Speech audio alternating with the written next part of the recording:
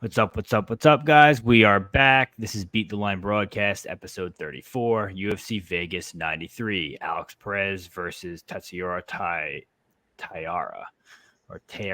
I'm your host, Taira. I'm your host, Pegasus Picks. We got Dravhy and we got Key3Picks as usual. So we all got toasted on the last card, except for Almabaev. He saved the day, kind of cleaned up for a little bit of us, but kind of a tough card for last card was kind of tough for pretty much everybody across Twitter MMA or MMA Twitter. What'd you guys think of the card? You entertained? Fuck Denise Gomez. Dude, I don't know how she didn't finish her, bro. She didn't want to finish. That was bullshit. No, I'll tell you something. Fuck Soriano and the ref, bro. Like it was the difference for me between a profitable night and a losing one. Like if he finished him, which he should have like multiple times, I make a little bit profit, and instead of that, I'm losing I think 3.5 unit or something like that. So that's annoying, you know. And yeah, I had Gomez money line, which obviously was a good bet. We all said Gomez was the side, and we all play her, and we didn't fall into the trap of the hype, which was good. But man, the finish was there, and she didn't push for it. That was kind of weird. I don't know what she was doing, bro, and you could tell like that girl was gassed. Mora was totally gassed. To be honest, Gomez was kind of gassed herself because of the grappling. It looked like so. In round three, she looked gassed, but round two, she should have finished. Like I agree. In round two, I agree, bro. When the round three start, I'm like, bro, we got this. I'm sure we got this. But yeah, I was already counting my units. Yeah, I'm happy I had the money line because you remember I only had ITD in round 2, round 3, and I had a money line, which was a good idea, you know. So yeah, man. But Gomez is still my most profitable women MMA fighter, and I'm still never wrong on one of her fight. I didn't pick the right outcome, but you know, I give me Gomez plus 170, bro. You know, plus 160. I'll bet her again. Yep, why not? I'm pissed about the early stoppage in the Almabaev fight. A, because it discredits him, even though he was starting to look good, and B, I had decision plus 200 and it was looking phenomenal. So, do you know how many? Go ahead, Drav. Do you know how many dance he did, Cannonier, when he was hurt? He was dancing the salsa, bro. Like, I mean, yeah, that was an early stoppage. Don't get me wrong, but I mean, bro, he was hurt bad, and he's calling for a rematch now. Yeah, Almabaev is not gonna take that. He just took his number. Fuck that, bro. That's too risky for nothing. Like he did his job. That's not his fault that the ref stopped the fight. And I don't think that was as bad of a stoppage as what people are saying. Like, to be honest, the fight was about to be stopped 3-4 seconds after that. And what about Almabaev not adding cardio and him, you know, is gonna gas out? He's all that. I think he proved a lot of people wrong in his last 2 fights, and he's improving and he's getting better, which is cool to see, bro. Because at the end of the first round, I thought we were fucked, bro. But yeah, man, he did good. And you know, sometimes it's hard to go fight adversity in these types of moments, and he did that because after the first round, it was not looking good, and he take over and he finished him. That, bro, that's an impressive win. Nobody finished Cannonier at 185, early stoppage or not. So my boy is there to stay, man. Yeah, I agree. What were you gonna say, Key, before we get started here? I was saying, do y'all really think that there even needs to be a rematch? Like, they're acting like it was fucking Kutalaba, Ankalaev 1 or some shit. Like, that was the only thing that was going to happen from there was an even worse highlight reel KO. Because he was dancing bad. There was no dude, at one point his back was fully turned to Almabaev. If your back is facing someone in a fight, the fight's over. You should never have your back turned to someone. Yeah, just so nobody just give us what I was about to say. I was about to say so we make sure everybody understand, and you guys don't give a shit in comments. We agree that was a little bit early stoppage, but what we're saying is it was not as bad as what people are saying. Yeah, not as bad. No, I agree. Let's get it. You guys like this card? Yeah, honestly, at first I didn't like it, but now that I'm looking at it, I like it a lot. I'll tell you something. It's Underdog City. I can't wait to talk about it. Yeah, I agree with you. Let's get right into it. First fight of the night we have is Shaileon Nuerdanbieke. They're testing you early, bro. you know? Melquizel Costa. We're looking at this bout right here. Nuerdanbieke he's 30. He's 5'8" with a 69-inch reach. Costa is 27, 5'10" with a 73-inch reach. Odds on these two guys are now, you can get Costa minus 180 to minus 190. You get Yalan Shah at plus 165 to plus 150. So I already put a tweet out today. I played the under plus 115. I love the under here. I don't know. I don't really fully understand the line. I don't get why it would be plus odds when these guys finished at a 72% finish rate between both guys. So maybe it's because of a step up in competition for both of them. It's not amateurs, but like, what do you guys think? I think a finish comes here, but who do you think wins? Who do you favor first? Dog or pass. I put that in the post too. I think dog or pass here, just because this is kind of a classic. I don't want to call it a full grappler versus striker because both guys can kind of grapple, and I mean Costa looks way better on the feet, but Shailen also can strike a little bit. So I don't know, but I definitely would probably make Nuerdanbieke the grappler and Costa the striker, and I think that I probably favor a grappler at plus 170. Yeah, I was thinking about the under at first, but I mean, yeah, Cheyenne, he got finished a lot, but you're looking back at it, and some of these fights that he got finished in or that he finished was against like a long time ago and against lower level guys. I don't think he's like that much kill or be kill in the UFC. He's kind of a decision fighter, you know. Like he has 1, 2, 3. He has 3 fights to go the distance, and he has 2 fight that got finished. And Costa, I think he's got finished, so it's 1 for 3 for Costa that got a distance. I'm not too sure there's gonna be a finish. At first, I thought so, but thinking about a little bit more about it, I kind of have a feeling that Cheyenne's gonna win a decision here. Maybe I can be wrong, but he has the wrestling upside for sure. He's gonna land takedowns. I think he's stronger than Costa. Costa many times he struggled with takedown defense. Even you look on the regional scene, even when he's losing against these guys, he's getting taken down. He accept bottom position. He's playing off his back. And yeah, on the feet in the boxing, I think he's hittable. I think he's breakable also. We see that in the Garcia fight. Was a weird game plan for a weird game plan for him, coming up just shooting for his dear life, and he wanted nothing to do with Garcia.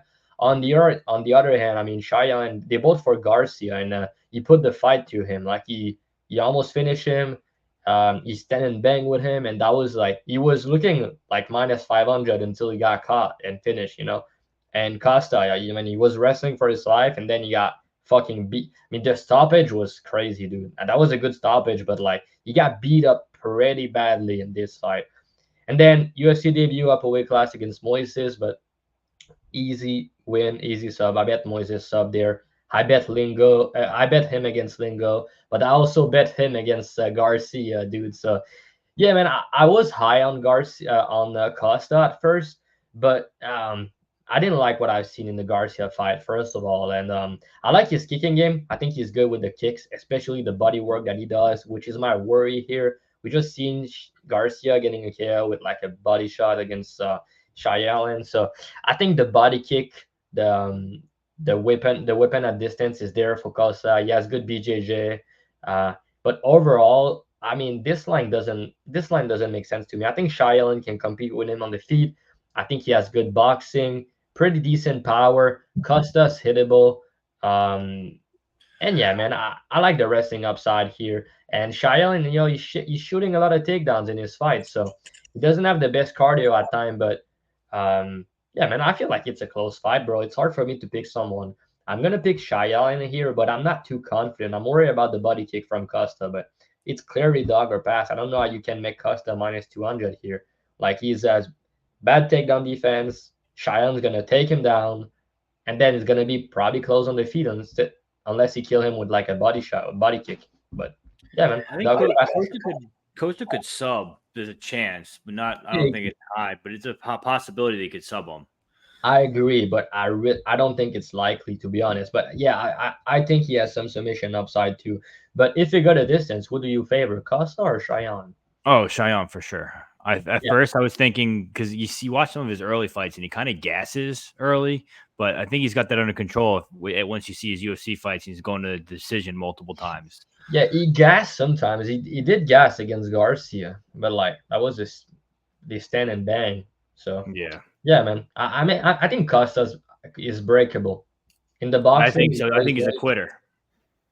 I'm not sure if he's a quitter. It was weird because he kind of quit against Moises. The choke was not under the chin, so that's I don't know. Choke was not under the chin, and he got broke and finished against Garcia. So yeah, I kind of like Cheyenne. I'm watching the line on this one. Key, what do you got for the class? Yeah, I won't spend too much time on this fight. I don't really have interest either way. I think it's dog or pass. At this price for Costa after sort of a flat UFC run so far, honestly. I mean, we came in, I think he had a little bit of a decent, not hype, but there was some optimism about this guy. So if he loses here, I mean, it's tough sledding. That's 1-3 in the UFC. Even though that first one's on short notice against Moises, I'm still not high on the guy. I think this Shailin spot, but I'm not sure that I'm rushing to bet this fight. I only touch low level women's MMA, not men's MMA. Yeah, I play the under.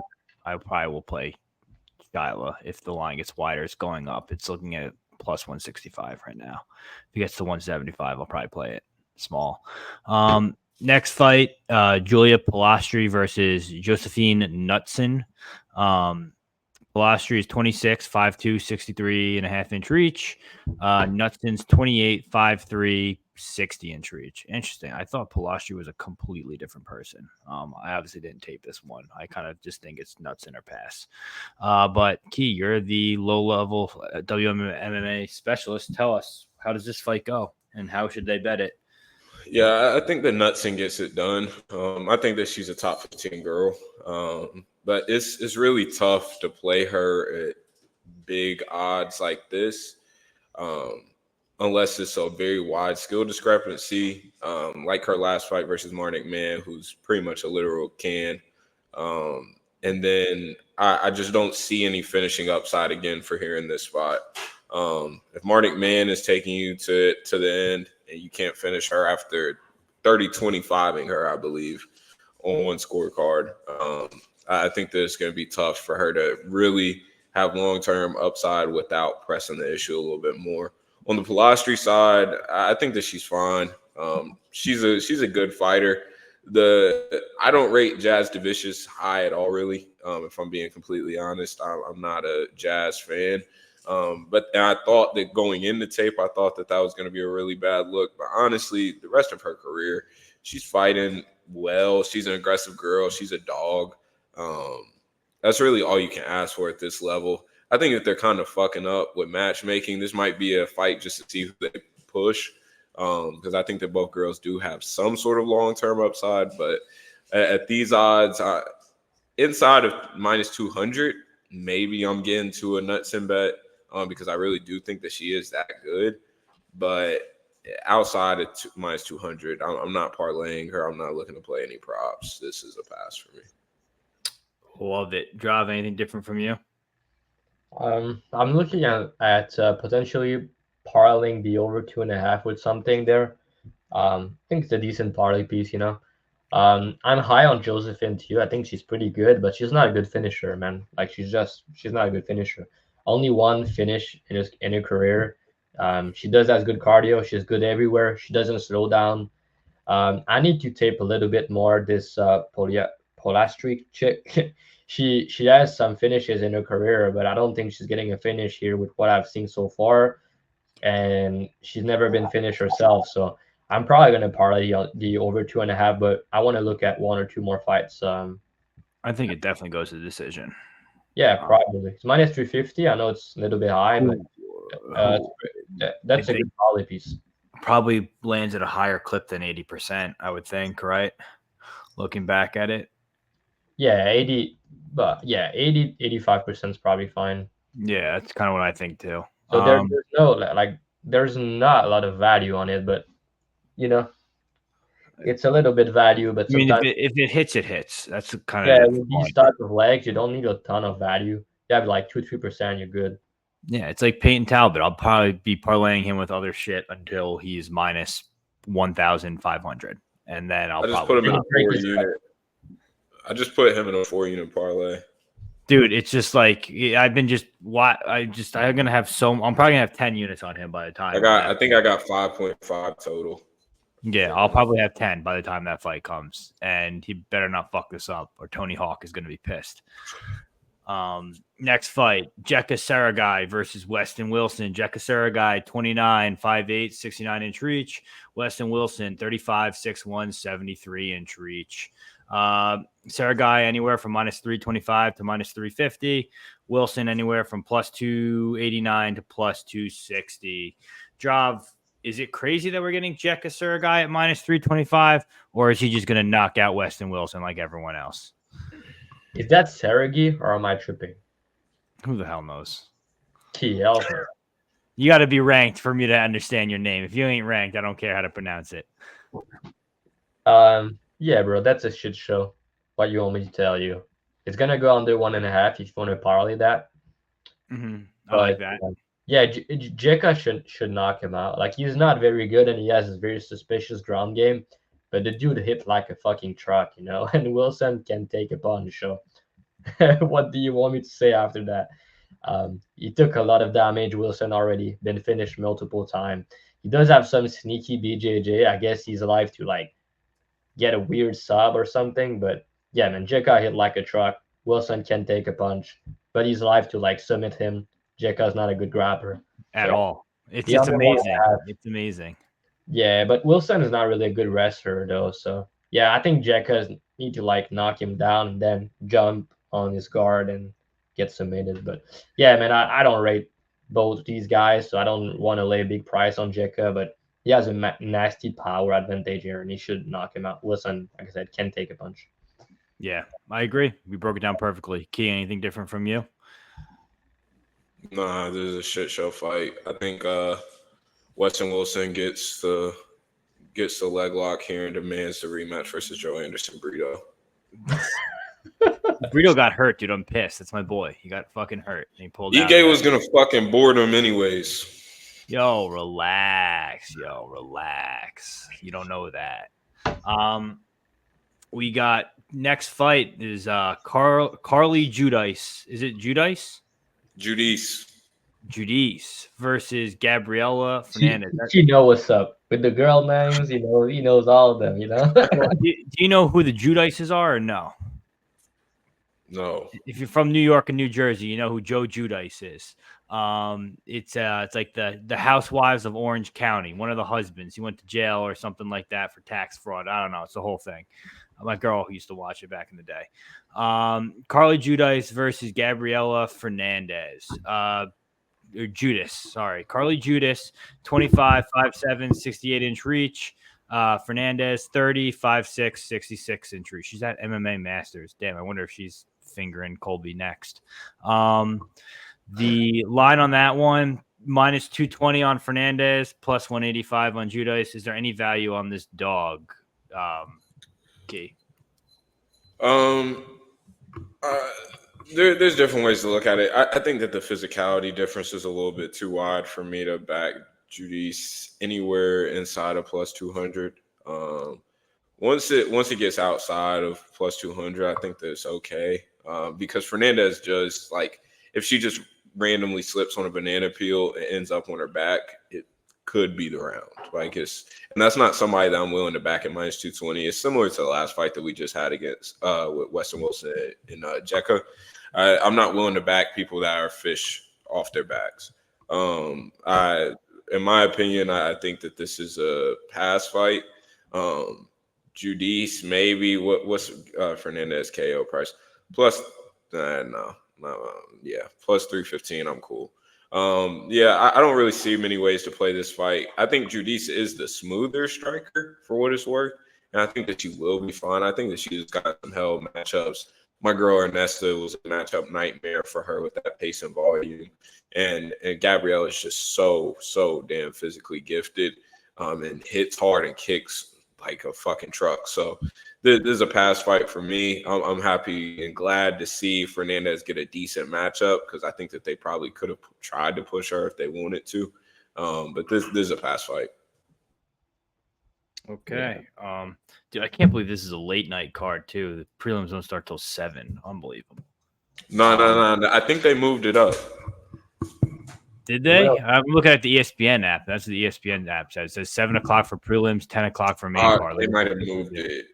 Like a pay-per-view for this? Okay. Give me a break. All right. Next fight. Wait, bro, we didn't even break down the fight. I honestly I don't care. I didn't tape it, didn't look into it, no bet for me. Drav, what do you got? What do you think, Key, about the over 2.5 minus 200, minus 205? I'm not willing to eat that on girls who I think are both pretty talented strikers. Yeah, but don't you think they're both like pretty tough? Yeah, they're both pretty tough, but the way that Fernandez hits, she's liable to put a like a girl out cold. She does, for sure. Yeah, but I'm like, so sometimes you have these type of fight where it's gonna be a scrap, but the under 2.5 is a little bit like too high for these girl fight. One fight recently was Lucindo. You guys remember? I played fight go to distance. Was around the same number. Was fight go to distance at like minus 160 or something, minus 150. It's let me check. Fight go to distance. It's minus 175. I don't think it's bad, Key. I understand that they swing hard, but I think they're both pretty tough. But Judice, she did look good in her contender series fight. But she kind of slowed down a little bit. She doesn't have much experience. Fernandez, I think she's gonna come swinging. So yeah, she's not fighting a wrestler now. A girl that's gonna try to take her down. She hit very hard. I think she's pretty talented striker, and she's building as the fight goes on. And we've seen Judy slow down a little bit. So maybe you go Fernandez KO 2-3. What about that, Key? Fernandez KO. I think that's okay. KO2 is plus 950 and KO3 is plus 1200 on Bet Online. So you can probably get better prices on other books. So I think you either go. I think Fernandez win this, probably a decision, but you can get a little bit trick. Well, you could go a little bit with the round props if you want, but yeah, I think it goes the distance more often than not. The over 2.5 is probably safe, but he is making me not want to bet it. So I'm not sure what I'm gonna do yet. Don't waste your units on this girl's fight. There's better fights to be betting on, like Garrett Armfield versus Brady Hiestand. Garrett Armfield, 27, 5'6", 70-inch reach. Brady Hiestand, 25, 5'8", 71-inch reach. Odds on these two guys. Minus 174 to minus 165 for Armfield, plus 149 to plus 151 for Hiestand. Drav, you already posted your free play. You're on Brady Hiestand. I think this, to me personally, is striker versus grappler. Kind of like the fight we just had with Weston Wilson and the other guy, except these guys are actually talented. Why do you like Brady? You think his relentless pace is going to break Armfield, or what's the catch here? There's a couple reasons. First of all, I'm kind of high on Armfield. I think his striking game's pretty good. Big power for the division. He's a tough dude. I mean, he was taking bombs from Onama. I think he's going to go far. He does have some problems, and I think a guy like Brady can take advantage of them. I don't think his takedown defense is the best. I think it's pretty decent early, but as the fight goes on, he does slow down, and I don't think it's when you push a pace on him, when you shoot a lot of takedowns, if you chain wrestle, I think you can take him down. And I think his ground game is not very good. Like, I think his takedown defense early is decent, like I said, but ground game needs some more. He has been submitted 2 times already, and he struggled in his career against this style of matchup. It's important to look at the stylistic matchup, and this style of Hiestand, someone that's going to shoot a takedown, that's pretty tough. Really remind me of the Vogel fight that he lost a couple of years ago in 2021. This dude Vogel, he already got on Dana White Contender Series. He's a pretty good fighter, but he doesn't have much striking. He's a pretty tough guy, and he shoot a lot of takedowns, and he push a pace. And that's like Armfield put it on him, like he hurt him bad early, but then he was able to survive, and he put it on him back, and then shoot some tags down, get the sub. It was not easy, but he got it. And against Onama, like he was competitive with Onama. That was short notice upperweight class UFC debut, so he did look good in that fight. But yeah, man, Onama was able to have the better work on the ground, take him down, submit him. And Katona, I feel like he kind of shit the bed there. He should have grappled more, especially early. Was very competitive, but I think Katona was minus 225. He should have grappled more. I think that was what the bookies were expecting there. So Armfield's improving. He's at the camp with Trey Ogden that I like. Very good coach in my opinion. But yeah, here to me, classic striker versus grappler matchup. You have a guy in Hiestand that's bigger, stronger, better cardio, gonna push the grappling pace. I don't think Hiestand striking is very good, but I like his kicks. I think his kicks pretty good. Good head kicks, decent body kick, but he is hittable on the feet. Don't get me wrong. He can get cracked, and he has been hurt in a couple of his fights. But you know what? He got that dog in him. That's something I won when I bet an underdog like that. Like he's gonna fight for my money and he's not gonna stop. Like he got that dog in him. Even when he got hurt, what happened after? He won most of those fights. He keep coming.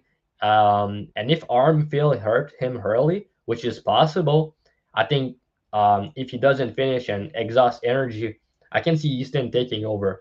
So the way I see it is, I think Armfield win the first round here. And if he finish, I think it's gonna be early. I can see him dropping Easton early. So I guess you could wait and bet him after a round. I think the second round is going to be very close. But I think Easton's going to take over, win round 3 at a pretty high clip. I think he's live to finish Armfield on the ground as the fight goes on. And so, yeah, in the decision, it's going to be close depending on round 2, yeah, man, plus 150 through. Plus 152 that I got him. So, yeah, to me, it's clearly dog or pass.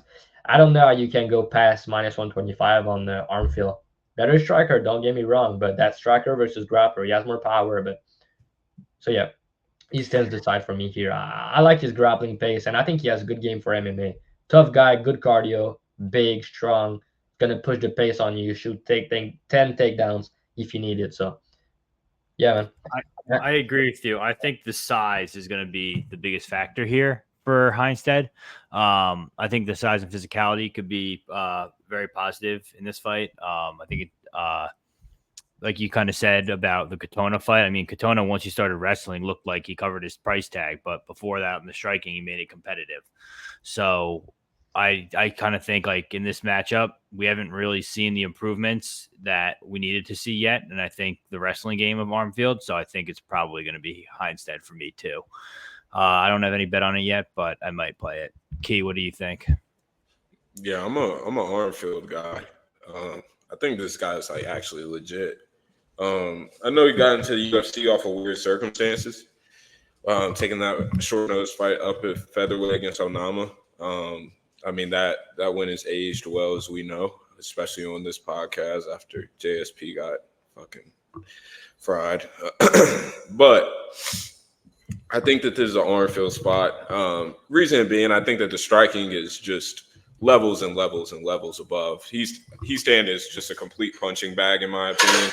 I tried to cash that KO ticket with Dana. Probably should have cashed. Dana definitely should have won if he decides to not literally just quit in the third round. Is there a potential that Armfield is having a stroke in round 3? Maybe. I don't think that his cardio. I don't think that his cardio concerns are a little bit overblown, in my opinion. I think he has decent cardio. He's super low in his stance. Hiestan's not going to have easy entries to his hips at all. So he's going to be shooting out from far. I think that Trey Ogden's probably one of the best game planners in MMA. I think that James Krause coaching tree in general is just going to look like gold after a few years. It's sad that Krause sort of fucked it all off, just wanted to be a degenerate like the rest of us. But I really do think that he's in a good camp. He's training with good guys. Cardio is a concern for me in round 3. But I think that he gets the KO. I think that he boxes. He stands face off completely. Ogden definitely knows that Hiestand is going to chain wrestle consistently. Armfield has pretty good takedown defense. I rate Katona relatively high. I think they're just boring as fuck in certain matchups. But I rate him pretty high. I rate him definitely much, much higher than Hiestand. And the matchup is what makes this a little bit different. But getting a win versus Brad Katona tells me that you're pretty damn good in MMA. So I think that Armfield is the cleaner boxer. He's going to box his face off for the first 2 rounds. If Hiestand pulls out a round 3 sub and it's just a complete zombie and that's just his identity at this level, then I'll die on this hill and just be fine with it. But I think that the guy's honestly a little bit of a shitter. And probably deserved to lose a couple fights before this. So I think that Armfield is going to box his fucking face off. It'll be interesting to see on Saturday who's able to get their game plan going first. Because if Armfield gets in any sort of rhythm, I think that it's smooth sailing from there. But if Hiestand gets early grappling success, then Armfield is probably fucked. But I think that Armfield is going to have really, really crazy success early on. And I think that he finally puts Hiestand out of his misery because he's a punching bag, man. Yeah, I agree with everything, Key. By the way, I think the winners is probably going to look like a big favorite after. Like whoever can get their game going. And I like Armfield too. I like his boxing, everything. Just I feel like stylistically, you struggle with a style like that. And like we talk about, Katona, yeah, very good win, but he was striking with him for the most part. Hiestand is not going to do that. He's going to shoot a lot of takedowns and make him tired. So, yeah, man, one of the fight that I'm looking at. And Hiestand got that dog in him, man. Like, the dude's a dog. He's not going to stop. Definitely. I would like to say, though, it's not like Katona was just having a full kickboxing match with the guy. I mean, he shot 6 times in the first 2 rounds and was consistently clinching. It wasn't like it was just a K1 kickboxing fight. No, I know, but he was not. I don't think he was shooting early. He was shooting with like 1 minute left of the round. He was successful at the end, but he was not like shooting a lot of takedowns early. He was mixing in the wrestling, the grappling with like a minute left. And then he kind of stole a round or something. He was making it super close, but he was striking with him for the most part. And then having success with the wrestling, the grappling. But I think he should have pushed the wrestling grappling pace more. He would have won that fight. Pretty clear to me on tapes. I guess it comes down to how you play the fight, because from what it sounds like, Key, did you play money line or did you play a prop? For $20 a month, you can find out. Okay, because I think there's a certain way to play it that makes plenty of sense if you like the Armfield side. The under or 5 don't go to distance, probably good too. I think Hiestand can finish late and Armfield can finish early. And Hiestand round 3, Armfield KO, Hiestand money line. There's a couple ways to play it. I like money line better personally. I think the value is on him for sure. I think it should be a pick him. Yeah, I like that too. Also, I had bet on Batgirl Dana against Brady, and I did horrible things to my living room with that bet. I can't even explain it because that was such a lock and it completely folded. Next fight, let's do a quick breakdown. Nate Maness versus Jimmy Flick. Nate Maness, 32, 5'10", 72-inch reach. Jimmy Flick, 33, 5'7", 68-inch reach. Odds on these guys right now, you can find Maness anywhere from -500 to -450. You can get Jimmy Flick anywhere from +375 to +380. How quick does Nate Maness finish Jimmy Flick? Over under 30 seconds, Key. If my king Malcolm Gordon couldn't beat him, then I think that Jimmy Flick is on his way to a flyweight title. I mean, this is crazy. This guy gets fucking flying triangles and arm bars, whatever the hell, against Cody Durden. I mean, just an insane run of luck through the UFC. This guy should have never even sniffed the UFC, let alone get 2 wins in it. I mean, this is just insane. Nate Maness, it's about time that he gets a fun matchup for himself after they wanted to give him Khabib's fucking whole bloodline for a while there. So I think that Maness is going to get this done inside 2 rounds. Good grappler. We saw him knock out Mendonça after Mendonça decided to be Ryan Hall. Shout out to Mendonça and Miguel Baeza, really keeping Ryan Hall's legacy living in the UFC. I enjoy it. I love it. I love seeing guys act like fucking idiots week in and week out. I mean, it does my heart good. Yeah. Have some respect, all right? Mendonça, last fight, he won that fight and he was robbed publicly. Everyone remembers that. Yeah, fuck out of here. I think that Maness is gonna piece him up. I think that Maness is actually a decent prospect at 125. I know we saw the memes and shit after a first cut because his head looked insane. But I think that Maness is actually a decent prospect at 125. He's massive for the weight class. I'm interested to see who they give him next after this. They need to put this guy in front of a crowd, though. Maness comes to bang. I think that they need to put him in front of a crowd. Drop anything different here for you?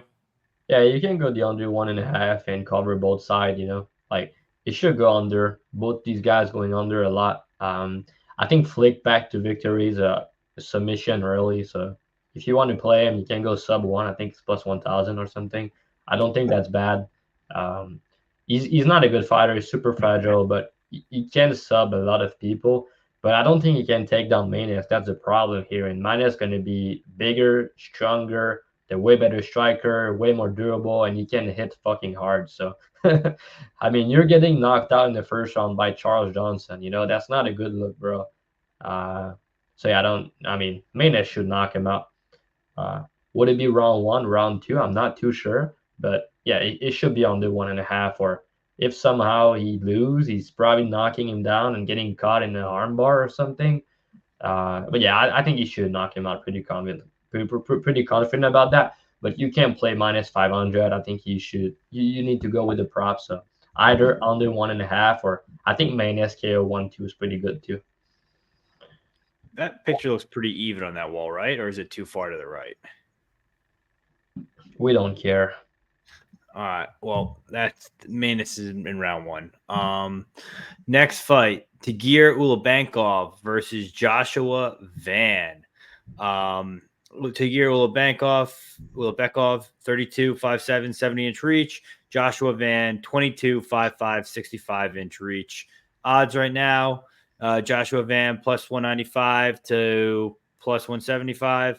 Ulanbekov anywhere from minus 220 to minus 240. I mean, we're all big fans of Joshua Van, but is this too much too soon for the 22-year-old Key? Do you think Tagir has the wrestling to beat him, or do you think he's going to show up? I'm conflicted here, but I mean, I'm in on Van at plus 215. I mean, Van he's the I don't give a fuck ass fighter, if we're just being completely real. He's not a guy that's going to quit on me. I think that he scrambles his ass off. I think that the Zalgas fight, not to compare to Zalgas and Tagir's grappling in terms of a level standpoint, but I mean, his takedown defense has looked fine. Is he probably going to get taken down here? Yes. I think that he gets in some sort of trip up against the cage, probably gives him some issues. But in rounds 2 and 3, I mean, I have no problem saying that I have a Josh Van bet at plus 215. I don't think that Tagir is a gasser by any means. And I will say the Tim Elliott fight, I will scream it from the rooftops for the rest of my life, is one of my favorite performances in MMA, period. I love a good cheater. And Tim cheated his ass off in that fight and was so crafty and figured out a way to win. And I love shit like that. I think that Tagir's striking is striking defense. It's a little bit sus once he gets pushed. And we know that Josh Van is going to go to the body. He's going to torture that body. And once Josh Van gets rolling, it's like a snowball. It's coming downhill. I think that if he picks up any sort of steam here, he's going to look like a pretty decent favorite in rounds 2 and 3 if he can start to get off any sort of combos. It's a terrible matchup, in my opinion. And I was willing to back Van against Taira. And at these sort of odds, to be honest, I'll back Van against damn near anybody at the flyweights at this level. At this mid-tier level, I mean, the guy is going to fight He's with Daniel Pineda. Daniel Pineda is the same type of guy. They just don't care. They're going to fight for your money. I'm willing to die with Josh Van at plus 215 against a guy who I don't think is the greatest in rounds 2 and 3, is a little bit of a front runner, and striking defense is a little sus. And I think that goes for a lot of the Dagestan guys, if we're being completely real. I think that there's a lot of offense going on, and their offense grows in these camps. Their striking defense is still a little sus, and that goes for the Dagestanis and even in Bellator too that I've been taping. So I think that Josh Van gets it rolling. Rounds 2 and 3, we're live. So, okay, I played my only bet for this one. I played Tagir by sub plus 200. You don't think this is like level above anyone that Josh Van has faced on the ground, and you don't think Tagir can't just wrestle bang Josh Van for 15 minutes? I don't think that anybody's just completely wrestle fucking Josh Van for 15. I think if he gets a sub, he gets a sub relatively early, but eventually those shots are going to take place, and once Josh Van gets rolling, it's smooth sailing from there, and he's a wrecking ball down the stretch. So, in my opinion, if Tagir subs him early, he subs him early. At plus 215, I'm willing to find out what happens, but I don't believe that Tagir is just this instant sub guy once he gets down. All right, Trav. So we got 1-1 on each side. What do you think? Yeah, you know I'm a big fan of Van. Like I've backed him in his last 2 fights. Yeah, so I'm high on him. I like him. But I mean, yes, he does have decent takedown defense, but he never fought someone that's gonna grapple or wrestle like Tagir, you know. And Tagir is improving recently. I think his grappling is more offensive, good front choke, and the grappling difference here is huge. Like you guys gave me a shit about DP and Islam. Like I think this fight, the levels on the ground is crazy. I'm probably gonna have a big bet on Tagir by sub. I'm waiting to see what they open it on other books. I got some at plus 225, but yeah, the limits were shit. I couldn't track it, so I'm waiting. I hope I can get something around plus 200 and bet it. I don't know if you've watched back some fights of Van on regional, but his grappling's like when he's on the ground against someone that know what they're doing, it's not looking good, man. Like it's not looking good. And Tagir's sub game, like he just said, like he's not an elite finisher, but he's 9-0 to the sub. And look at the guys he has been facing recently. Not easy guy to submit. Cody Durden, Nate Maness, Tim Elliott, Alan Nascimento, Bruno Silva. You know, like we're talking about some tough ass grappler to grapple against or just to look good against in general. I think Tagir's weakness is the leg kicks.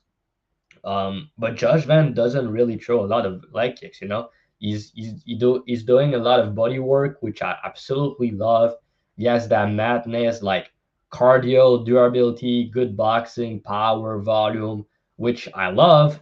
But I think Tagir is going to use his pressure against him. And it's not like Tagir can strike. I think he's a decent striker. He's longer, he's taller. He fought the way better competition. I think it's a Tagir spot here. I just need to see how big I'm gonna go on the sub prop and watch a couple more things. But yeah, to me, Tagir has been looking very good recently. Yeah, I back him against Cody Durden minus 160 sub prop, plus 350, something like that. Yeah, Van's only 22. He's gonna get better, but the level difference on the ground is nasty, and I think Tagir can look good on the feet. Also, guys, we need to remember that Van's dropping all of the first round. Every first round he's in, he's dropping them. So he's a slow starter. He's building to fight, but if he's getting taken on early and losing the first round, it's going to be hard for him to come back against Tagir, you know. So, yeah, man, I like Van as a prospect. I think he has a fun and good career ahead of him, but I think Tagir is a very tough matchup for him. Probably one of the hardest they could give him. Because he can strike with him, he's pretty durable. He doesn't have bad cardio, and he's strong, wrestle good, and the grappling difference is nasty. And like you said, he does some nice scrambles, but bro, like he's doing it against these low level guys. If you try to scramble with Tagir, I think he's gonna get fucking destroyed on the mat. So yeah, man. And the back and forth war against Kevin Borjas doesn't look good now. Let me say that. So yeah, I agree. I think I'll push back on that part. I think that Kevin Borjas was a different Kevin Borjas than what we just saw at 301. That Kevin Borjas looked like he had real promise. That was a good showing. And I'm somebody that didn't back him at minus 200 there, and I still think that was a relatively good showing. Yeah, but that's my point. Was it a good showing against Van, or was just, I mean, him competing very well against Van and getting his ass beat against Costa? Was that a bad performance against Costa, or was he just not that good and looked good against Van? That's kind of. I don't think Van's bad. It's not what I'm saying. I just feel like this fight being a war with what we just seen, kind of a bad look to me. I think that Borjas performance that he just had is the one outlier out of his whole career. So I'm not willing to say that it's just a bad look, but like I think the upwards of plus 200 here to gear sub is a decent bet for what it's worth. Yeah. I think that's how he justifies this price. Yeah, and I'd also don't mind Van KO 2-3 if you like him. Like that's probably how you win. Like I said, he's dropping the first round like that's his job. So yeah. Okay, next fight. Adam Fugitt versus Josh Quinlan. Adam Fugitt, 35, 6'1", 77-inch reach. Josh Quinlan, 31, 6 feet, 72-inch reach. Right now, the line is minus 126 on Quinlan, plus 106 on Fugitt. To be honest, this line kind of got away from me today. I was going to bet Josh Quinlan. Probably still will bet him at minus 120. I don't hate it. I think this is a fight where this is a get-right spot for Quinlan. I think Fugitt is, I don't know, very hittable to start. I think he's getting a little bit older, even though he's brand new to here. I mean, we're watching him lose to Michael Morales, which isn't a bad loss. I mean, Mike Mallet cut right through him. I don't know. I just don't think like he's Maximov subbed him. I don't know. I don't think Fugitt's anything special. He's a little old to be here. I think Quinlan needs to get right here, or it's going to cost him his job. So I think Quinlan's the side here with the striking. I think he's got the grappling upside as well. Probably just leave it at that. I think the line's relatively fair. Drav, what do you think? Yeah, I'm not sure about this one. That's one of the fight I don't have a strong read on yet. I still have time. It's early in the week. I'm not high on Quinlan. I fit him massively against Barlow. I've been saying this guy was not good since his UFC debut. His regional tape is not very good. You said Fugitt's hittable. He is, but like Quinlan's hittable too. They're both very tough, but I think Quinlan's more durable. But the guy took a shit ton of damage against Barlow, and I think that was only 3 months ago. Am I tripping? Was recently. Like I catch Barlow big in that February. one. That was on 298. Yeah, that's kind of a quick turnaround, So, and Fugitt, to his credit, I mean, he fought some tough guys. Like you just said, he fought way better competition outside and inside the UFC.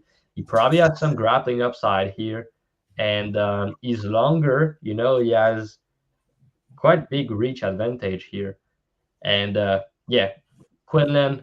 How his confidence gonna look like? He was a guy on steroid that got caught and then got beat up 2 times after that. So, yeah, I don't think he's that good, but I think he hit hard. He's potentially a little bit more durable than Fugitt here. Fugitt's durable, but he's getting hurt a lot. So Quinlan does hit hard. I favor him a little bit, I guess, but just the fact laying juice on him make me sick. So if somehow he gets to plus money, I might have some interest, but as of now, it's pass for me. I think he's the side, though. I think he win, but I'm not passionate to back him. He was plus odds earlier in the week. I think it was like on set yesterday when I looked, which is when I was thinking about playing him. He was not plus money yesterday, I'm sure. Maybe 2 days. I thought he was plus 108 yesterday. Was he not? No, I'm sure not. Okay. Maybe not. Yes. No, he wasn't. You're right. No, he was not. He was plus 105 June 8th, so 2 days ago. Yeah, so I don't know. Key, what do you think? Got any hot takes for this one? Yeah, I had Malott sub versus Fugitt last time out. I think that this is a Fugitt spot. Quinlan just took a generational ass whooping in February. Like, I don't think that people understand how bad that was. Like, Danny Barlow beat the dog shit out of him. And I backed Barlow in that fight. It's not like Quinlan didn't face any adversity against Trey Wars. I mean, he got his face jabbed off in that fight too. So yeah, not good looks. Quinlan, we watched him pop Jason Witt after popping for steroids, I believe, on Contender Series. Yes. Yeah. So I mean, the guy's just there's a lot of questions. This is a get right fight. Fugitt's interesting to me for a lot of different reasons, but he's long and he's a dog. He is a dog. I can't say that. I think the Malott, I think the Malott matchup was kind of a nightmare for him. I think that Fugitt's actually the one that has some wrestling upside here. If I'm being completely honest, I think that he has some grappling upside. Quinlan, I'm just not high on. Period. I'm definitely not high on his wrestling. But I'm not sure. What'd you say? They both kind of stink, to be honest. Yeah, I think that this is just the only low-level fights I'd touch are women's. So yeah, that's it for me. Fugitt dog odds is okay, but yeah, low-level men's fights don't fucking interest me. Next fight. Asu Almabaev versus Jose Johnson. Asu Almabaev is 30. He's 5'4" with a 65-inch reach. He's fighting Jose Johnson, who's coming down to 125. He's 29, 6 feet with a 71.5-inch reach. Odds on these two gentlemen, you can get Asu anywhere from minus 500 to minus 600. You can get Johnson anywhere from plus 425 to plus 350. Drav, we'll have you go first here. I think you're a little bit more passionate. Do we think that Jose Johnson can actually take advantage of the range and the height that he has and can keep Asu off him? Or do you think Asu's just going to wrestle bang him? Because I think that's kind of how it goes. I think if he can use that length, I think Asu could definitely struggle with it. The only thing I'm passionate about is how the fuck Jose Johnson's going to make 125. Yeah, he's a big boy. 6 feet, 125 is wild. The guy is massive for 135. He already fought at 145 and 155. And now he's going to try to make 125. Does he want to die? He has 71 each reach, and he's 6 foot. He's big. It's crazy. If he does make weight, look healthy doing it, and I want to see the face off. I want to see the weigh-in. I might have some interest in Johnson at plus 425. You know, the dude hit like a fucking truck. He's gonna be way bigger here, but he can defend a takedown to save his life. So that's kind of the problem here, and that's why Asu's a big favorite. You know, he's a good ass grappler, good submission grappler, decent striking. You know, decent power, but he does shoot a lot of takedowns, and he's pretty good on the ground. You know, so. Johnson takedown defense, like I said, it's not good, man. And Asu's gonna work that. So if somehow he's able to like time a knee or something, or a big strike, if he's able to just stay away, because bro, Asu's 5'4", you know. So if Johnson's able to stay at distance, then a couple big shot and a knee when he's kind of rushing in, he's live to knock him out. The dude has nasty power at bantamweight, so yeah, he's nasty, man. So I don't think you can parlay Asu at minus 600. If anything, you go with the sub prop. You know, it's like I said, I'm very high on him and his grappling. And Johnson has been submitted 4 times. That's interesting though, because Johnson, he has 8 KO in the first round. That's probably I win here. And he has 4 submission losses in the first round, you know. And Asu, you know, he's subbing guy in round 1 and round 2, but he does have some decision win. So the under 1.5 at plus 165 kind of intrigued me. I don't know, man. Dog or pass on the money line, but yeah, I don't think I can trust Johnson takedown defense. But the size is going to be interesting. So I kind of want to see the weigh-in, the face-off, and see what I do from here. But yeah, I'm high on Asu in general. I've max bet him last time with Gamrot. That was easy money. But yeah, Johnson can crack and he's dangerous. Asu, you want to strike a little bit sometimes. So, what do you think, guys?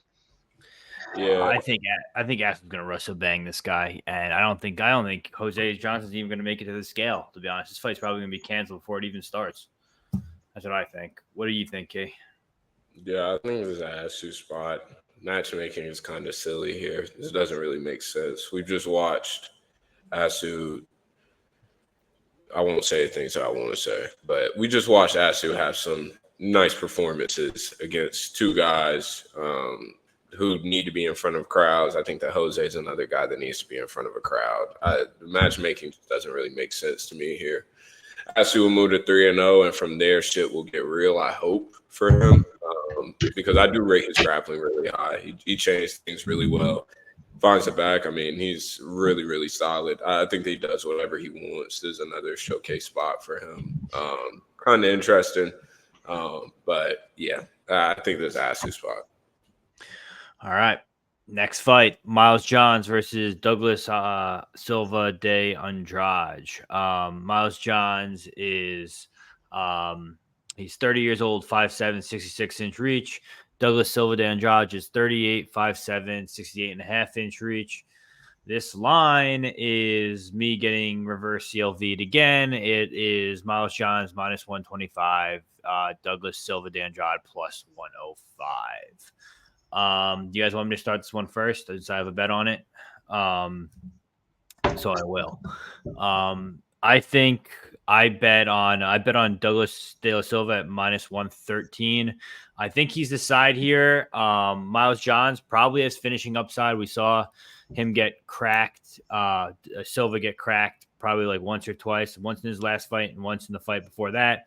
Always recovers well, elite striker, good grappling, good wrestling defense. I mean, Miles Johns isn't going to use the wrestling like what's his name just did. He's not going to use the wrestling like Cody Stamann just did. I think Cody Stamann has the cleaner striking as well. I think Andrade, I don't even know what to call him, Douglas. We'll call him Doug. Doug won that pretty handily, 2 rounds. Third got a little sketchy. You go back, you watch Syed Nuerdanbieke fight. He's a dog, Douglas, and he, was striking pretty well against him. I think Miles Johns also hasn't fixed his gas tank yet, so I think he's got a solid round, maybe a round and a quarter in him before he fades and Douglas Andrade just puts it on him. I don't think a finish comes from Andrade. It's definitely possible, but I could see Andrade winning a decision. I think he's a side money line, and at this plus place, I don't even know if I want to add or not, but it may be a good idea. Keith, what do you think? Yeah, I have no interest.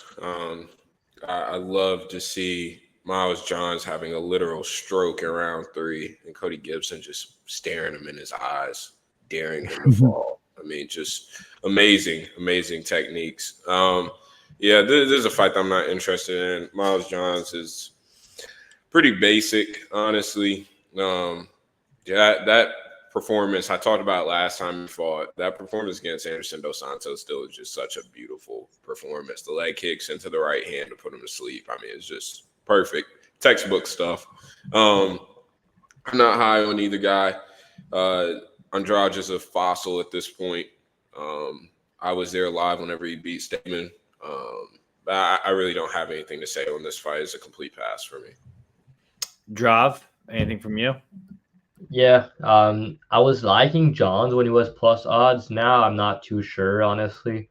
Yeah, I think if Johns at plus money, it's a good bet.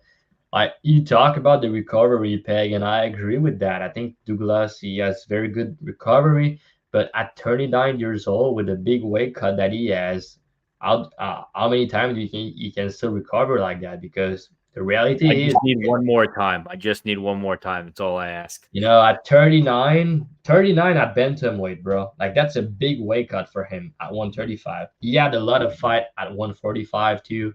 His fight against Stamann, you had to remember, it was a catch weight at 140 pounds. So the last time this guy fought at 135 and made the cut, that was in 2022. So now, I mean, last fight was a year ago against Stamann. I know you think he looked good there, but I think Stamen got robbed. He closed minus 250, and the ref cost him the fight when they stand back. Yeah, they did. Stamen got the takedown, and then he just stand back. They just stand back up, and he lose the position and kind of lose the round because of that. But bro, Stamen hurt him bad. Like, do you know how many guy Stamen has dropped in his 14 UFC fights? No, how many? The only other guy that he dropped was Eddie Wineland. Oh boy. Like 48 years old, Eddie Wineland. You know, that's the only guy that he ever dropped. I'm not saying he's bad or anything. I'm saying he's not a power puncher. You know, the other guy that dropped Silva a couple fights ago in 2022, Morozov. You know how many knockdowns this guy has in the UFC? How many, Joff? One. And it was against Douglas Silva. My point is, this dude was pretty durable back then, but he took a shit ton of damage. And he has like 34 pro fights at 39 at a lower weight class. So it's normal that he's slowing down. I'm not saying he's washed. I'm saying the durability is starting to go. And John, he does it pretty hard, you know? And yeah, so I think John was the side here at Plus. Like I said, they're both very similar though. But John's, yeah, he does slow down, but he still win the third round at a pretty fucking high clip. That's where I didn't fall into the trap of betting Gibson and round props. I mean, John's is 8-0 to the decision. He has his finish or in round 2, round 3, and yeah, he got broke and finished one time or two, but I think he has been looking better recently. Like, he looked good in the Gibson fight to me. He's another guy training with Trey Ogden. You know, good game plan. I love this camp. I think they're pretty high level. We talk about Armfield being at that camp. John's at that camp for his last couple fights, and yeah, man, I think he looked good. I think that's his fight to lose, to be honest.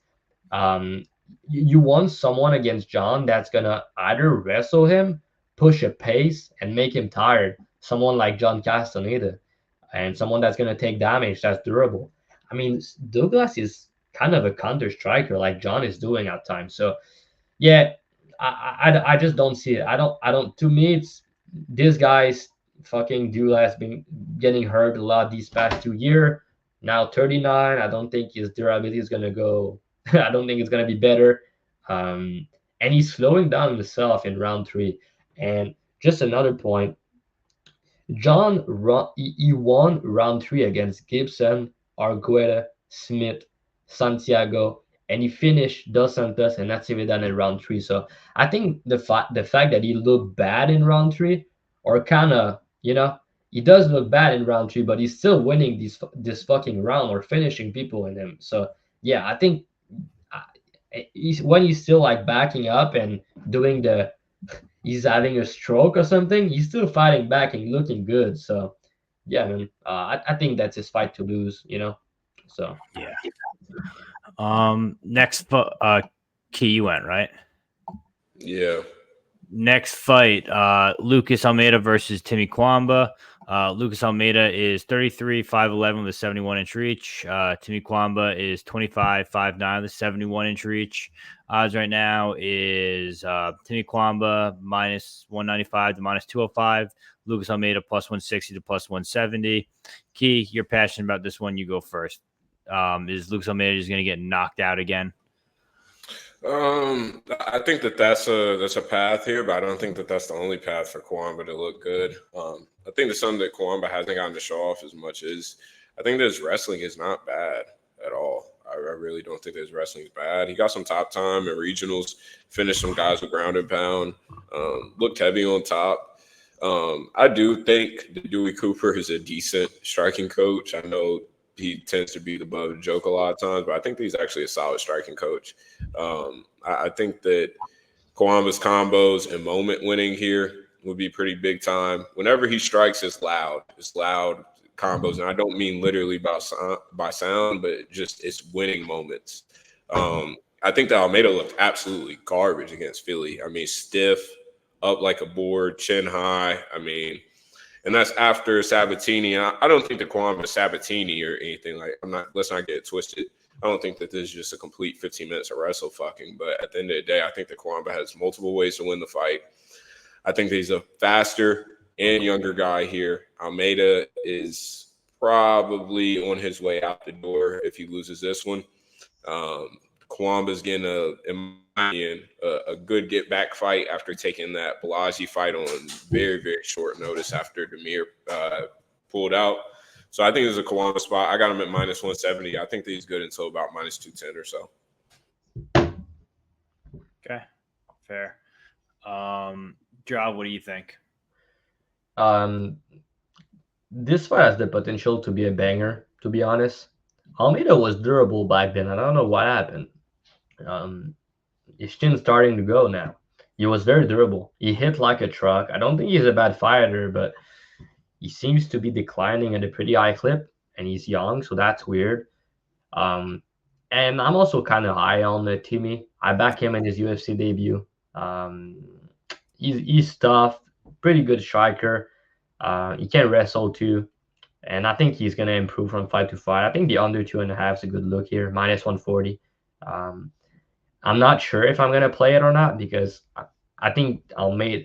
I'm not sure if Almeida's as much finishing upside, but I think if he wins, it's probably a knockout. He does it pretty hard. I think Timmy's live to knock him out as well. So, yeah, the under 2.5 minus 140. It doesn't look bad, don't you guys think? Wait, say it again. Solid. Do you like the under 2.5 at minus 140? Definitely. I think that Lucas normally wins by a KO. And I think that Cuamba, like you kind of just said, Lucas was never chinny, but now he kind of is as of lately. I mean, he got knocked out by Andre Feely. So, yeah, honestly, I do like under 2.5. I mean, that's weird. He's 33, but the Trizano fight, he took a lot of damage, and Zellhuber fight too. I don't know, bro. But yeah, the last time this guy went over 2.5 was in 2021 against Zellhuber, who was very tough.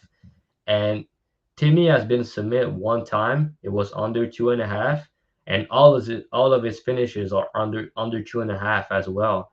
But he does have 4 decision wins. So yeah, but he just fought Aki. You know, Aki's pretty good fighter, and he's tough too. So yeah, I think the under is a good look here. I'm not sure I'm gonna play it or not, but minus 140 for two guy like that has big power and is probably just stand and bang. That's my play here if I play anything. Okay. I think Timmy Cuamba's side also. I kind of agree with what both you guys said. I don't know if I'm going to be playing him at minus 200, but I do like that under. So maybe I'll take a look at that instead. But other than that, not really too interested. Next fight's our co-main event. We have Ikram Aliskerov versus Antonio Trocoli, a.k.a. Mackenzie Dern's boyfriend. Ikram Aliskerov... is Ikram Aliskerov, 31, 6 foot, 76 inch reach. Trocoli, 33, 6'5", 62 inch reach. Ikram's anywhere from minus 900 to minus 1400. Trocoli's anywhere from plus 708 to plus 600. I mean, Drav, this is a setup fight, and he's going to get knocked out. Trocoli's going to get knocked down and get his papers sent out of the UFC, right? Yeah, probably. I guess Ikram could submit him if you want, but I think the knockouts decide. I'm not sure yet what I'm going to do here, but yeah, I think Trocoli is a massive fraud. I really think he is. The guy has fights at 145, right? We talked about it last podcast. He has fight at 145. He's 6'4". You know, he's fucking weird, bro. I don't think he's very good, but his game is grappling. So I guess Ikram's probably smart. You just stand and bang with him and knock him out. You know, Ikram has power, and his striking has been looking very good recently. So I think he can knock this dude out pretty early. There's a couple ways to play it. I'm not sure which one I'm going to take yet. What I'm waiting now is I hope money still come in on the sub prop so I can get a better number on the KO. because that's how I think he gets it done. But I don't want to lay minus 160. If you want to bet that Trocoli survive a round, it can be tough. you bet Ikram round 2, can be decent. So Ikram round 2 or just Ikram KO prop. That's a level fight. Ikram's pretty good fighter. He's gonna smoke this guy. Also, this dude was supposed to fight a couple weeks ago at light heavyweight, but now this fight he's fighting at 185. He's just so weird, man. I don't know what he's doing in the UFC. He's not good. That's a layup for Ikram again. But yeah. Yeah, I agree. I think it's by knockout. I think he makes it look easy. Probably round 1. I see even round 1's minus 150. I don't know. I don't see Trocoli getting out of round 1. Maybe he does, and you're right. But if he does get out of round 1, he's not making it out of round 2. Key, what do you think? The Aliskerov fight fade will be great one day. It's coming. I don't think that this guy is like super elite, but Trocoli shouldn't be in LFA, let alone the UFC.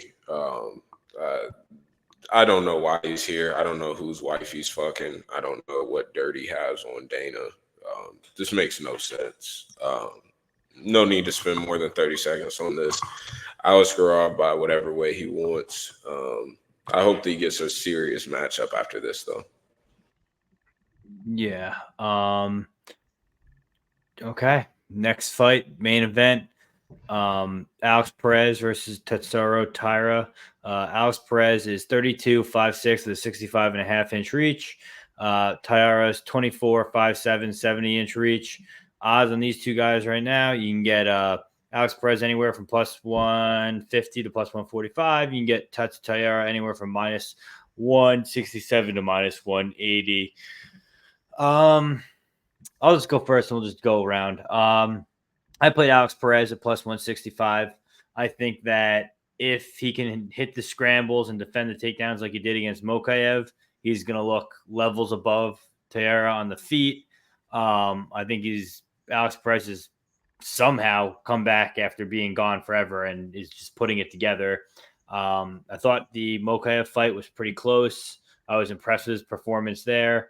I mean, the Pantoja fight was definitely – that was a little bit longer ago, right? That was almost 2 years ago. I mean, that's Pantoja. Before that, Figgy. Before that, Formiga. I mean, he's fighting the best of the best. He's looked good. I forgot to mention, I like the Nicolau knockout as well.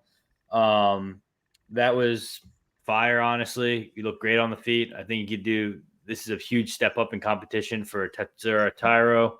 And I think the Carlos Hernandez fight was definitely a little bit telling here. Key, what do you think? Yeah, I think that Taira isn't even the real Japanese prospect that we should be talking about. The real Japanese the new guy who came in?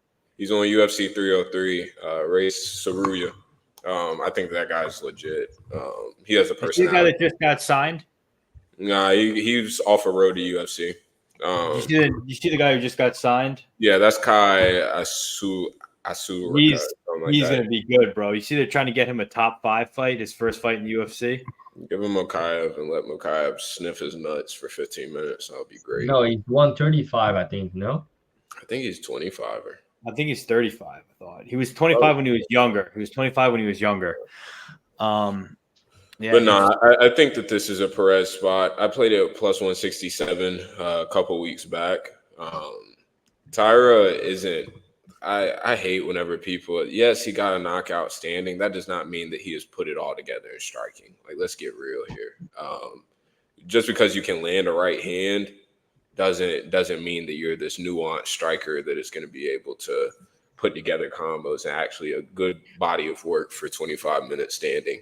I think that on the feet, this really isn't much of a competition, if we're being honest. I think that Perez has shown a lot of nuance in his striking. I know that everybody has known him as a wrestler coming in early on in his career, but his striking has continued to level up. I know Nicolau's chinny, but the shit that Perez hit him with is putting out most guys. That's not just a Nicolau is chinny thing. That puts out a lot at flyweights, period.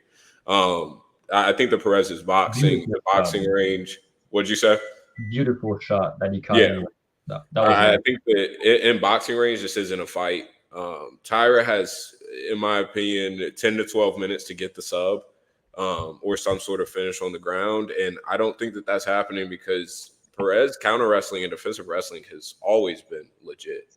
I know that we've seen him in some grappling tournaments whenever he was going through all those cancellations. I think that his BJJ is fine. Yeah, he got subbed off the back against Pantoja early. I think that Pantoja is just a handful to deal with, period. And Davison gillied him.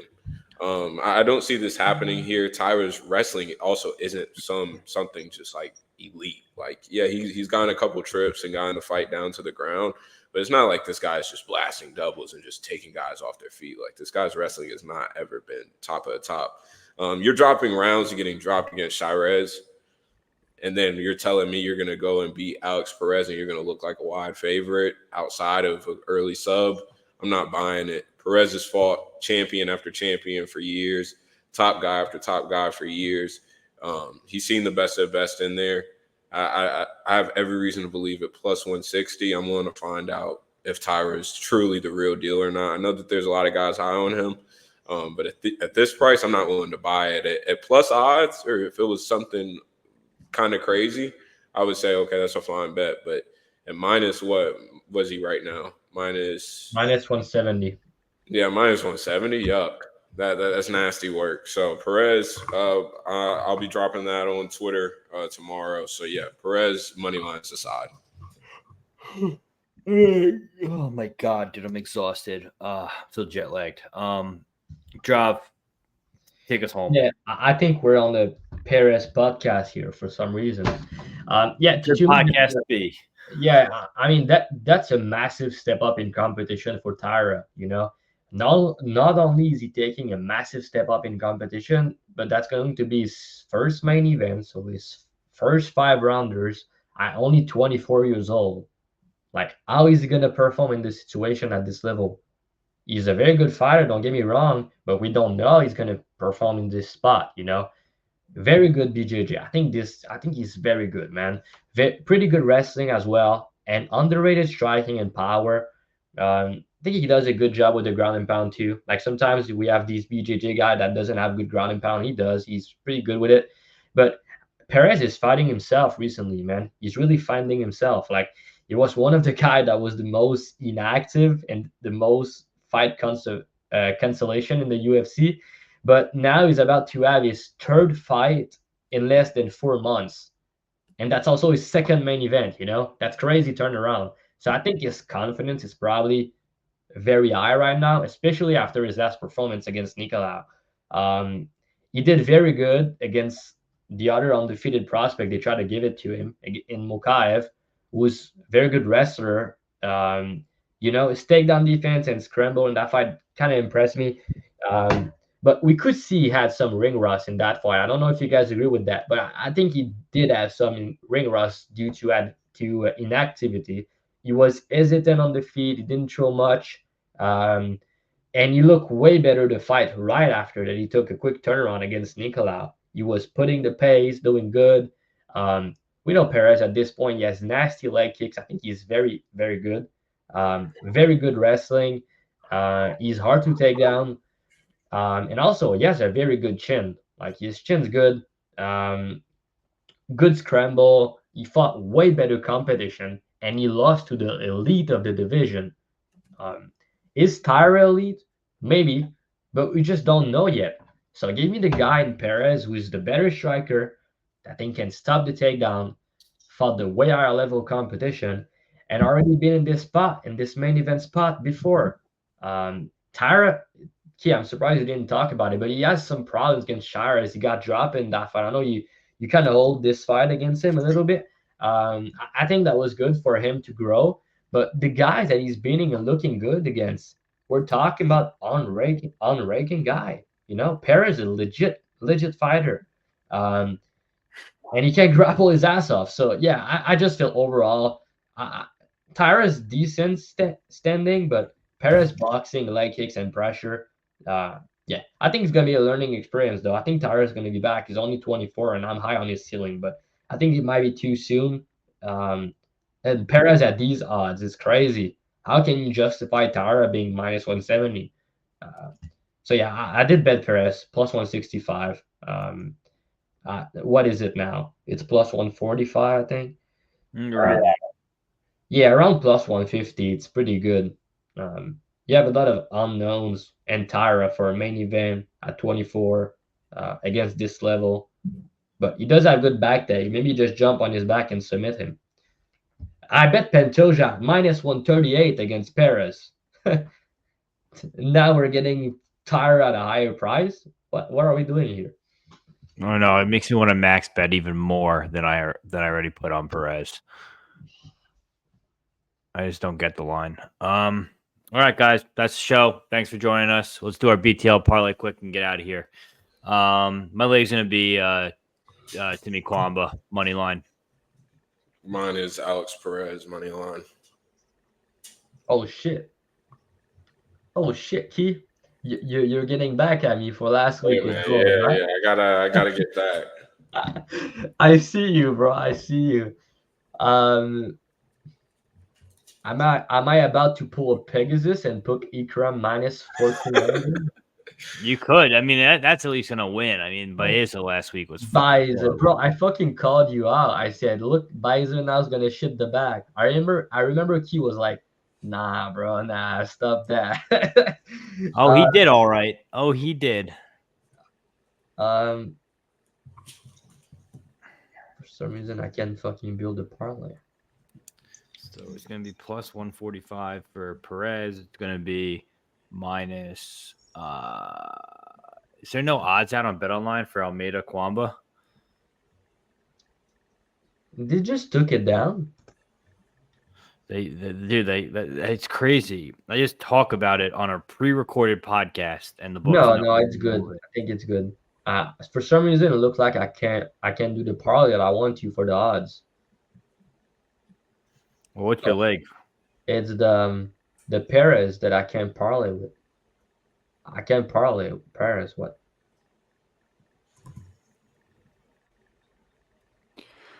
Okay, but that's very weird. Give me Tagir minus 226. But I can't tell you what the number is, but it's probably around plus 350 to plus 450. Minus 226. So we got Cuamba minus 195, Perez plus 146. No, Cuamba is minus 210. Okay, minus 210. Minus 210. Gear minus 226. And Perez plus 145. All right, let me see. Let me plug it in. I'll try this real quick. This is just such bad podcasting, us just being on our phones trying to figure this out. Well, it's BetOnline being a piece of shit. Yeah, but it's not a big deal, though. We're going to post it on Twitter, guys, so. 1 second, I got you. What did we say it was again? It was minus 226. 1 second. My app is bugging. Oh my god. What's happening right now? So it's minus 226. Plus 145. Minus 226 plus 145. Minus 210. Minus 210. 226, 210 plus 145. Parlay.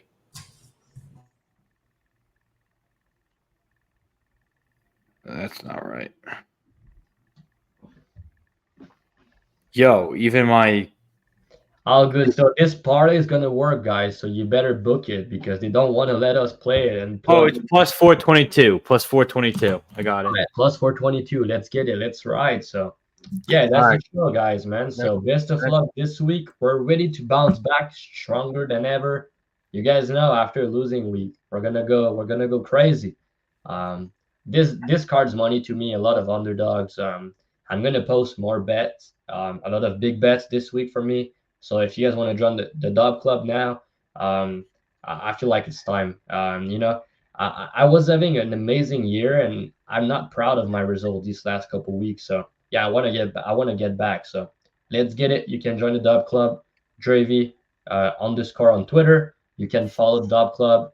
If you need a promo code for your first month, you can hit me up in DM. I got you. And yeah, man, best of luck this card, guys. Don't forget to like the video. Comments, what's your favorite bet this week? Do you guys agree with the BDL parlay? Who do you think is the most likely big underdog to cash? We want to know. Let us know in the comments. And yeah, we'll see you guys next episode. All right, Key, what do you got?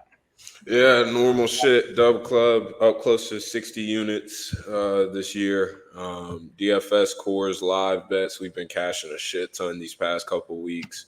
DFS cores, like I said, live bets. We got Prize Picks, Underdog Fantasy, Better app. We have it all. So good group of guys in there. A lot of guys knowledgeable about some other sports too.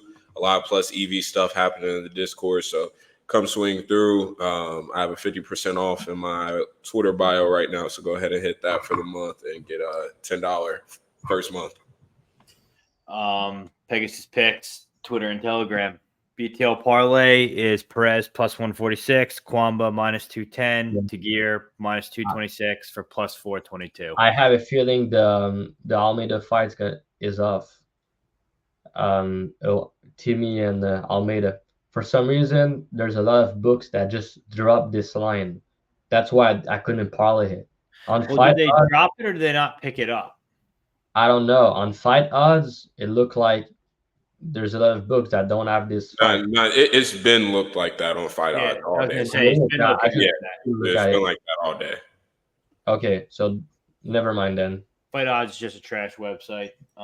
Use a different website to find all your odds. People recommend Fight Chalk. I think that's what I see some people plugging. Maybe they'll sponsor us. That's the show, guys. Enjoy. Have a good week. Let's all bounce back, and we will see you next week for. Is there a card next week? I think it's it's a Saudi card. Whitaker versus. Okay, guys, get ready for Bobby Knuckles. Get ready for Bobby Knuckles. The bet is going to be unreal. Peace. Peace out.